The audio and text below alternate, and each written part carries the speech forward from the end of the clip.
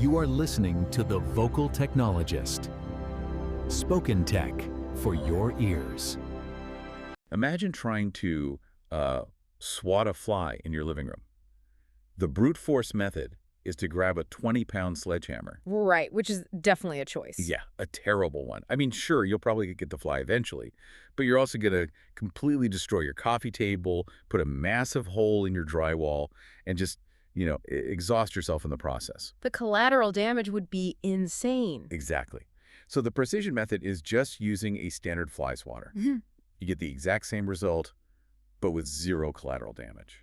And that tension Between the sledgehammer and the fly swatter. Yes, that tension is the overarching mission for our deep dive today. It's honestly the ultimate engineering dilemma. We have this tendency to love building massive, powerful, incredibly complex hammers, even when the problem sitting right in front of us is incredibly small. Which is exactly why we're pulling apart a fascinating stack of source material today. We're looking at stuff from late April 2026, specifically tech and data engineering newsletters, like TLDR data. Yeah, and the goal is to show you how the smartest companies are learning to do significantly more by actually doing less. Doing less. I love that. They're violently optimizing their infrastructure, clearing out the noise, and, preparing for the unpredictable new era of AI agents. So if you're listening to this and feeling completely overwhelmed by the sheer bloat of modern data stacks, well, we're here to be your ultimate shortcut to perfectly get up to speed. The shift happening right now is profound. For the last decade, the default answer to literally any technical problem was simply more. Just throw more at it. Exactly. Buy more storage, spin up more compute, track more metrics. But the organizations we're analyzing today, they're realizing that herding data doesn't give you better vision. It actually blinds you. We see that playing out immediately with how we measure success, right? Before we build these massive systems, we have to know what we're measuring. But the industry is waking up to the fact that we're measuring way too much. Way too much. Just look at Discord's recent engineering revelations. They realized their experimentation was suffering not from a lack of data, but from an absolute glut of it. Yeah, they were drowning in it. So they went in and drastically cut redundant metrics. They focused only on clearly defined North Star metrics and basic guardrail metrics to ensure they weren't, breaking core features. But wait, hold on. Doesn't more data fundamentally mean better insights? It feels like we're intentionally throwing away our magnifying glass. To me, Discord's old metric bloat just sounds like they had a lot of detail. Well, what's fascinating here is the mathematical reality of that detail. Adding too many metrics to your A/B testing actually breaks the underlying math. Wait, really? It breaks the math? Yeah, it causes a phenomenon known as multiple testing issues. Think of it like rolling a 20-sided die. Okay, I'm with you. If you roll it once, the odds of hitting a natural 20 are pretty low.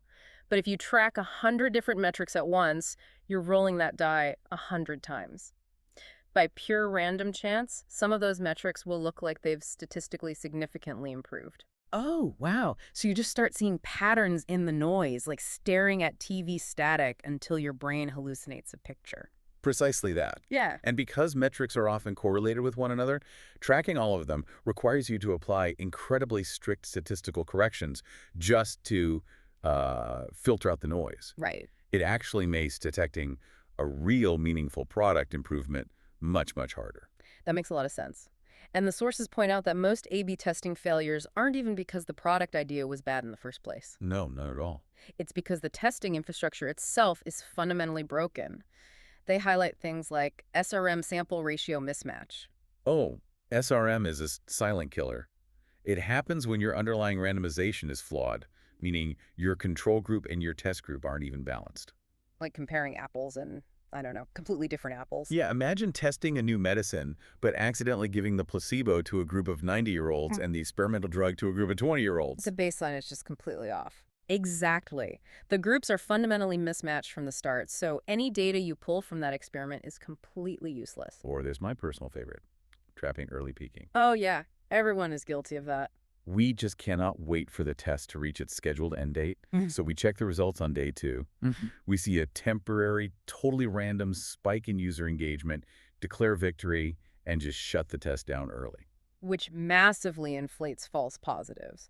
You optimize for the wrong metrics without those guardrails we mentioned, and you end up throwing a party for a win while your product actually gets worse in the real world. This perfectly highlights a brand new discipline our sources call measurement engineering. Which is so crucial right now. Because let's face it, as AI gets better at writing all the boilerplate Python code and SQL queries, the actual coding part of data analysis is becoming heavily commoditized. The most valuable future skill isn't writing the query, right? It's human judgment. That is the premium skill of the next decade.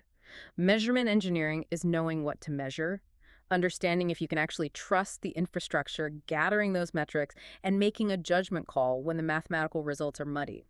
Because an AI can generate the chart. But only a human can currently determine if that chart reflects physical reality. But that doesn't mean we're totally abandoning advanced math to rely on our gut feelings. We're just deploying the math much more strategically. Take the Kana mapper, this new Python library, gaining a lot of traction. Right, that uses the mapper algorithm from topological data analysis. Topological, let's break that down. Topological data analysis is essentially treating your messy, high-dimensional data like a piece of physical clay. Right. Instead of just plotting points on a flat graph, TanaMapper allows you to mathematically analyze the literal 3D shape and structure of the data to find hidden clusters. And the crucial detail for production environments is that TanaMapper scales to massive data sets because it hooks directly into standard scikit-learn pipelines. Yeah, that's huge. It doesn't force you to adopt a whole new, obscure workflow. It plugs right into the tools data scientists are already using. It's precision over brute force. You use topology to distill the noise into a clear structural map, rather than just dumping a petabyte of raw data onto a dashboard. Okay, let's unpack this. Yeah. So we've established that hoarding metrics blinds us. But this hoarding mindset doesn't just stop at data. It infects the actual architecture we build. Oh, absolutely. We're seeing engineers violently clearing out infrastructure bloat. The trend is moving away from letting flashy, resume-padding tools dictate the platform. Andreas Kretz had a fantastic piece of advice in the newsletters. He said, stop starting your architecture diagrams with specific tools like Kafka, Snowflake, or Spark. You have to start with the use cases. Look, what's the actual problem we're solving? Exactly. What is the required latency? How fresh does the data actually need to be? What is the hard budget? You must choose the absolute simplest stack that fits those parameters, not the stack that looks coolest on a conference slide. Because tying your identity to a specific tool is incredibly dangerous. Tools have expiration dates. Look at Apache Airflow 2. It just officially reached end of life. Yep, the security patches and provider updates completely stopped. And if you built your entire internal platform heavily coupled to the quirks of Airflow 2, you are now in a massive, expensive scramble to migrate. We're seeing this architectural evolution play out in real time with storage, too. The old Hadoop distributed file system, HDFS, essentially lost the war to modern object storage and open table formats. Because of the cost, right? Pure economics.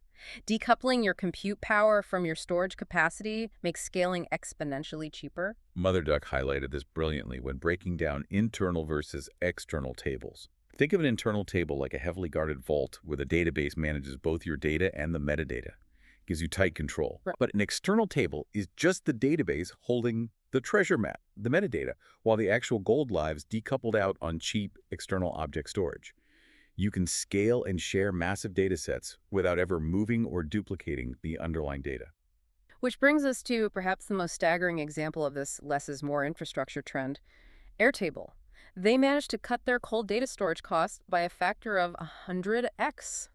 100 times. That's insane. That is millions of dollars saved by aggressively simplifying. To put that 100x reduction into perspective, it's like Airtable realized they were paying rent on a luxury downtown high-rise apartment just to store their old winter coats. Exactly. So they moved all that cold MySQL data out of the high-rise and into an off-site storage locker, specifically Amazon S3, which is roughly 10 times cheaper per byte. And they made the dataset itself 10 times smaller by storing it as partitioned Parquet files. But the real magic isn't moving data to cheap storage, it's how you query it. If users have to wait 5 minutes to load an archived record, the system is a failure. Right, so they basically invented a teleporter. They embedded Apache Data Fusion, a highly efficient query engine, directly into their system to query those S3 files. They preserved the instant latency users expect by managing the migration with Apache Flink, implementing tiered caching and using custom secondary indexes. And crucially, they used Parquet Bloom filters. Bloom filters are essential here. If you're scanning massive files in cold storage, a Bloom filter acts like an incredibly fast bouncer at the door of a nightclub. I love that analogy. It checks a probabilistic data structure and tells the query engine, the specific data you're looking for is definitely not inside this massive file, don't even bother opening it. It saves massive amounts of compute time. This drive to simplify workflows is happening everywhere. Flink just introduced materialized tables that embed the schema and the continuous refresh logic directly inside the catalog. Which means you don't need an external orchestrator managing the job lifecycle anymore. The table just inherently knows how to keep itself updated. Even the foundational stalwarts are optimizing. Postgres recently introduced hot T updates. Hot T stands for heap-only tuple.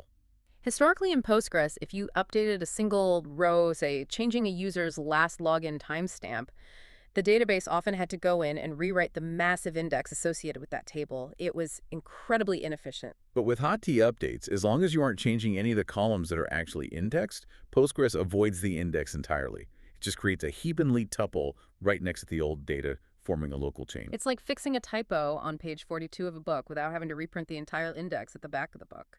It saves a massive amount of write-ahead log or wall traffic. However, this relentless drive for low-level optimization carries physical risks.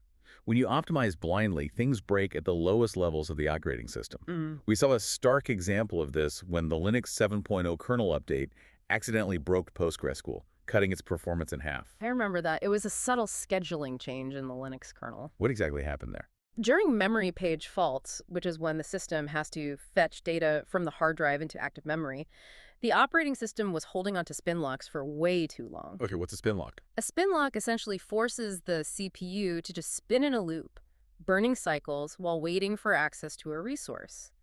Linux 7.0 caused Postgres to spend all its time waiting instead of working. Yeah, and the fix wasn't to rewrite Postgres, but to change how it interacted with memory, right? Right. Switching Postgres to use huge memory pages so the operating system simply didn't have to trigger those memory page faults as often. Bigger pages, fewer faults, fewer spin locks. This raises an important question. We spend all this time perfectly optimizing our databases to serve human queries efficiently. But humans aren't the only ones doing the querying anymore, are they? Not even close. No. Which brings us to a massive shift. AI agents are officially invading the data stack. Oh, yeah? We aren't talking about chat boxes where a human types a prompt. We're talking about fully autonomous background workers. Spotify deployed a coding agent named Honk. Yeah, Honk. Using their Backstage platform and fleet management systems, Honk autonomously migrated roughly 1,800 data pipelines. It analyzed dependencies, wrote the code changes, and executed the rollout. It saved Spotify 10 straight weeks of manual engineering work. That's incredible. And Shopify Flow achieves something similar. They empower their merchants to build complex automation workflows using natural language. But they didn't use a massive model, right? No, instead of relying on a massive, expensive, general-purpose model like GPT-4, they fine-tuned a much smaller open-source model specifically trained on their own domain data. The outcome was higher accuracy, lower latency, and drastically lower compute costs. But I have to push back here. Aren't AI agents supposed to be incredibly intelligent? Why are we reading all these dire warnings in the newsletters about needing defensive databases? It sounds like we're treating these advanced AIs like toddlers loose in a china shop. Well, because when it comes to database interactions, they basically are toddlers. When the caller to your database shifts from a human or a deterministic human-written script to an autonomous AI, your priority must shift from optimizing for speed to optimizing for safety. Yep. AI agents generate raw queries on the fly. If they hit an error, their default instinct is often to just retry automatically, endlessly, thousands of times a second. They can make silent structural mistakes at an incredible scale before a human monitor even notices the CPU spike. So defensive databases are literally child-proofing your data infrastructure. Yeah. You need tighter user permissions, unforgiving query timeouts, and rigorous audit logs. But the absolute biggest safety latch our sources mention is idempotent rights. Yes, idempotent rights are critical. It means designing your database operations so that the outcome is exactly the same whether you run the command once or 1,000 times. If an AI agent panics and fires the exact same insert payment command 50 times in a row, the database recognizes the state and only processes it once. It's like repeatedly pressing the call button for an elevator. Pressing it 50 times doesn't summon 50 elevators. Entirely new tools are emerging just to act as the adult in the room. Rocky is a new Rust-based control layer specifically designed to sit on top of your data warehouse. It enforces strict data contracts, tracks data lineage, and utilizes branching. And that branching allows AI agents to test their generated workflows safely in an alternate reality, catching errors early before they can corrupt the main production data. And when things inevitably do go wrong, debugging an AI agent's chaotic thought process is a total nightmare. To solve this AI observability gap, Jaeger V2 just rebuilt its entire core architecture natively on the OpenTelemetry collector using the OTLP protocol. OpenTelemetry standardizes how we collect tracing data across distributed systems. But the really wild part is that Jaeger added MCP and ACP interfaces. If you aren't familiar, think of those interfaces as a universal translator. They allow engineers to use natural language to directly query their system traces. Which is mind-blowing. Instead of writing complex query languages, you can literally ask the system, what exact sequence of events was that AI agent trying to execute right before the server crashed? Expedia is doing something very similar, combining LLMs with Datadog's telemetry data to drastically speed up incident investigations. But the true frontier is fixing what large language models inherently get wrong. There is a massive hallucination tax when AIs query private enterprise data. Because they just make stuff up. Exactly. The problem with standard retrieval augmented generation, or RAG, or even model fine-tuning is that they don't actually learn when they make a specific mistake. If they hallucinate a company policy on Tuesday, they will hallucinate it again on Wednesday. Which is why this new technique called reflection is taking off. Reflection tackles the hallucination tax by giving the AI an episodic memory. When an LLM makes a verified error, reflection takes a natural language description of that failure and stores it in a separate memory bank. And then what? The next time the LLM encounters a similar prompt, the system injects that specific memory into the context window. It essentially hands the AI a sticky note saying, hey, remember last time when you incorrectly cited the vacation policy? Don't make that mistake again. It allows the system to learn from its repeated failures. Here's where it gets really interesting because the undisputed industry darling right now for contextual search is GraphRag. If we connect this to the bigger picture, once you have these autonomous agents safely interacting with your defensive databases and learning from their mistakes, you still face the challenge of the final mile. How do you get the absolute best, most highly contextualized information out of the system and into the hands of the end user efficiently? Right. And unlike standard vector RAG, which just retrieves documents based on keyword or semantic similarity, GraphRag maps out all the deep entity relationships in your data. It's incredible for multi-hop reasoning. If you ask an AI to connect the dots across 20 different legal contracts to find a loophole, GraphRag excels. Oh, absolutely. But I have to challenge this. If GraphRag is so vastly superior at complex reasoning, why isn't every single company just using it by default instead of the simpler vector RAG? Because of the harsh economic realities of running a production environment, the computational cost to build and index a knowledge graph for GraphRag is astronomical compared to vector embeddings. So it's a money thing. A money and speed thing. Yeah. Updating that graph is incredibly difficult. Changing one document can ripple through thousands of interconnected nodes. It's simply too heavy and too slow to run in the real-time user-facing request path. I see. The smartest engineering teams use highly optimized vector RAG for quick, factual lookups, and they reserve GraphRag strictly as an opt-in backend tool that runs offline as a batch job. We're also seeing brilliant open source workarounds for running these large models without bankrupting the company on cloud GPU costs. A new Python library called OLLM is democratizing AI by letting you run massive context LLM workloads locally on modest consumer hardware. The mechanism there is fascinating. OLM achieves this by intelligently offloading the massive model weights and the KV cache, the temporary memory the model uses to track context out of your highly constrained, expensive GPU memory, and streaming it directly from your much cheaper, high-capacity SSD drives. Even the databases themselves are absorbing AI capabilities. Sure. The DuckDB Whisper extension now lets you transcribe raw audio files directly into text using standard SQL commands right inside your database environment. But delivering context isn't just about AI, it's fundamentally about ranking. Look at how Pinterest radically overhauled their recommendation engine. For years, the industry standard was using user clicks as the primary signal. Sure, if they click, they must like it. But clicks are inherently noisy. Clicking on a picture of a couch does not strongly correlate with the actual intent to buy that couch. So Pinterest shifted to a conversion-first ranking system. And to do that, they built a two-tower retrieval model utilizing DCN, V2, and MLP cross layers. Let's translate that jargon. Imagine the recommendation system as two separate detectives. One detective rigorously studies your user history and preferences. Okay. The other detective deeply analyzes the specific product, like the couch. The cross layers are the interrogation room where those two detectives finally meet to compare notes, synthesize their findings, and predict whether you will actually follow through and purchase the item offsite. Vinted approached a similar problem by rebuilding their search autocomplete with a highly effective hybrid approach. Calculating deep personalization for every single keystroke in real time is computationally impossible. Just too much processing. Exactly. So they do the heavy lifting offline first, scoring items based on historical sell-through rates to determine what actually sells. Then, in the real-time request path, they pass those pre-calculated candidates through a lightning-fast light GBM model.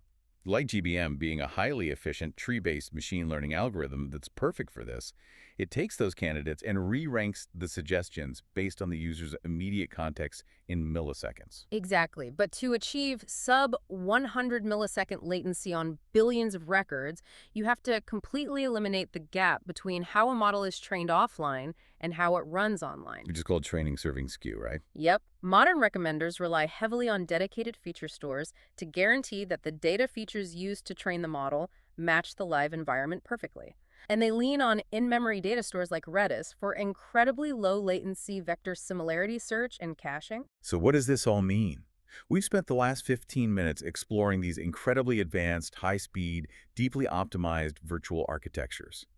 But ultimately, all of this software still lives on physical servers in the real world. And the real world is messy, unpredictable, and prone to breaking. Very prone. I look at this final architectural shift we're seeing, like packing a survival kit. We're moving away from blindly trusting a single massive fortress, like one specific cloud region, and we're starting to build applications that can survive completely on their own, anywhere. The geopolitical reality of cloud computing has fundamentally changed. You can no longer assume that a major cloud region is an independent, isolated failure domain. Because of what, like sanctions? Sanctions, new data localization laws, active conflict zones, and literal submarine internet cables getting severed at the bottom of the ocean. An entire geographical region can go dark instantly. Which is why engineering teams are now relying on ALE, annual loss expectancy modeling. They're using hard mathematics to calculate the potential financial devastation of an outage to justify to their boards the massive cost of multi-region, jurisdiction-aware data placement. It's no longer a nice-to-have engineering project. It's a critical business survival strategy. And we are seeing that deep survivalist mentality embed itself directly into the code itself. Look at what Airbnb built with an internal tool called Skipper. Skipper is a lightweight, fully embedded workflow engine designed for handling long-running business processes. Think about a complex host insurance claim that might take days or weeks of manual review to resolve. What makes Skipper brilliant is that it avoids external orchestration tools entirely. Instead of relying on a complex, fragile external message queue that could go down, Skipper just persists its state directly into the individual microservice's existing database. It uses deterministic replay, meaning if the server crashes mid-process, it can look at its own database and perfectly recreate its steps to pick up exactly where it left off. It handles its own resilience. We're even seeing true, absolute portability reach the browser level. There's a new architecture gaining serious momentum that takes the classic SQLite database, compiles it to WebAssembly, or WebM, and runs it entirely inside the user's web browser. Let's really think about what this means for data ownership. Normally, your application data lives on a corporate server you don't control. Right. But by compiling SQLite to WebAssembly, the entire database engine runs on your local machine and the storage. The state is persisted as a single binary file straight to the user's personal Google Drive. They secure it by limiting access using the strict drive.file scope, meaning the app can only see the specific file it created, ensuring true privacy.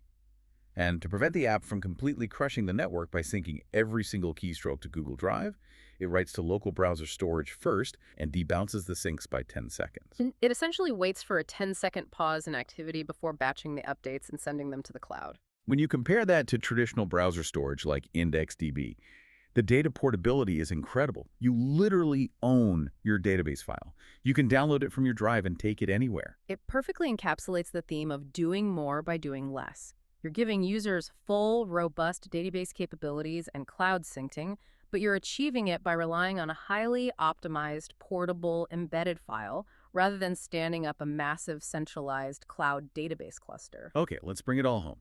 We've covered some serious ground today.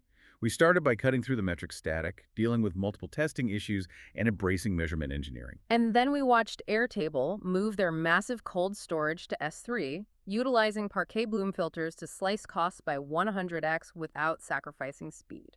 We talked about the urgent need to child-proof our data infrastructure against overeager AI agents with idempotent rights, branching in tools like Rocky, and solving the hallucination tax with reflection. We got real about the heavy indexing costs, holding back GraphRag, and why Pinterest is ignoring noisy clicks to track actual conversion intent. And finally, we packed our architectural survival kits with WSM-compiled Squillite and embedded workflow engines to prepare for the physical reality of submarine cables getting cut. It is a remarkable evolution in how we build and protect our systems. And I want to leave you with one final thought to mull over. Let's hear it.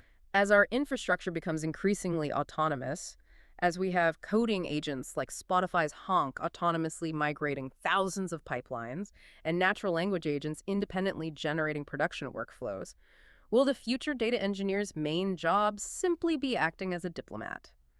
Will you spend your days negotiating peace treaties between rogue AI systems trying to move too fast and hyper-defensive databases trying to lock everything down rather than actually writing any code yourself? Now, there is a thought to keep you up at night. Are you going to be an engineer or are you going to be an AI diplomat wielding a very precise fly swatter? Thank you for joining us on this deep dive. Keep questioning the data around you, and we'll catch you next time. Spoken Tech for your ears.